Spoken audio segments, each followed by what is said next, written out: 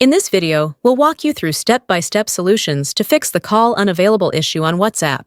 Whether you're using an Android or iPhone, we'll help you get back to making calls smoothly. So the first thing that we'll do is to open the WhatsApp application on our phone, and then tap on the settings at the bottom right corner of the screen. The next step is to scroll all the way to the bottom of the page and select the Help option. After this page opens, you want to select the first option, which is the Help Center option. When we open the Help Center, our job is to scroll all the way down to the bottom of the page until you find the Contact Support option.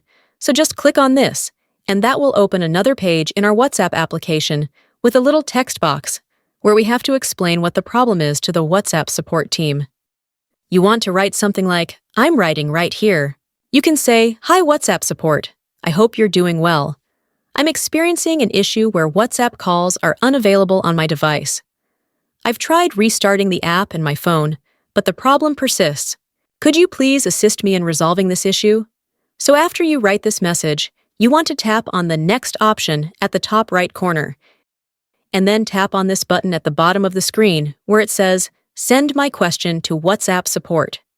When you send the message to the support team, they will then review it and they will respond to you as soon as they can.